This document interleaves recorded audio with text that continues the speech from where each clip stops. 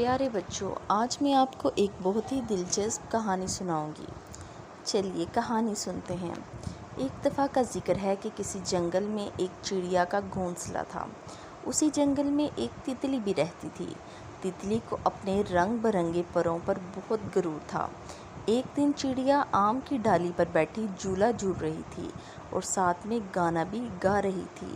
وہ گا رہی تھی، چوں چوں چوں چوں، میں ہوں جنگل کی رہنے والی، میرا گھر ہے آم کی ڈالی۔ تتلی بیٹھی چڑیا کا گانا سن رہی تھی۔ وہ بولی، ارے چڑیا، بس آواز ہی آواز ہے تمہاری، مجھے دیکھو کتنی اچھی شکل ہے میری، کہاں میرے نیلے اور سنہرے پر، اور کہاں تمہاری بری رنگت۔ چڑیا بولی، مجھے اللہ نے جیسا بنایا ہے اللہ کا شکر ہے۔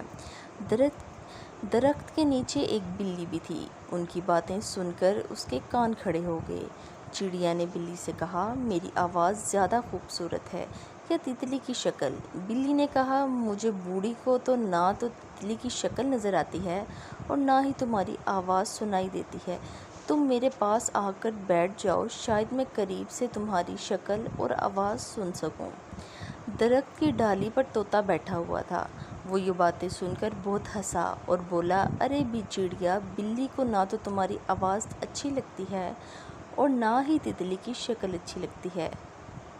ایک کوا زمین پر کچھ چگ رہا تھا۔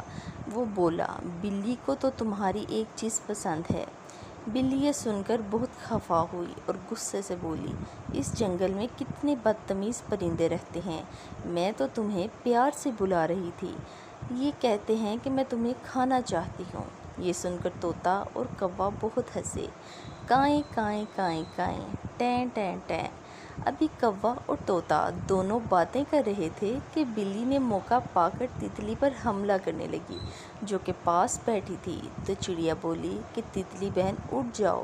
تو تتلی فٹ سے اڑ گئی اور درخت کے سبز پتوں میں چھپ گئی اور تتلی کی جان بچ گئی۔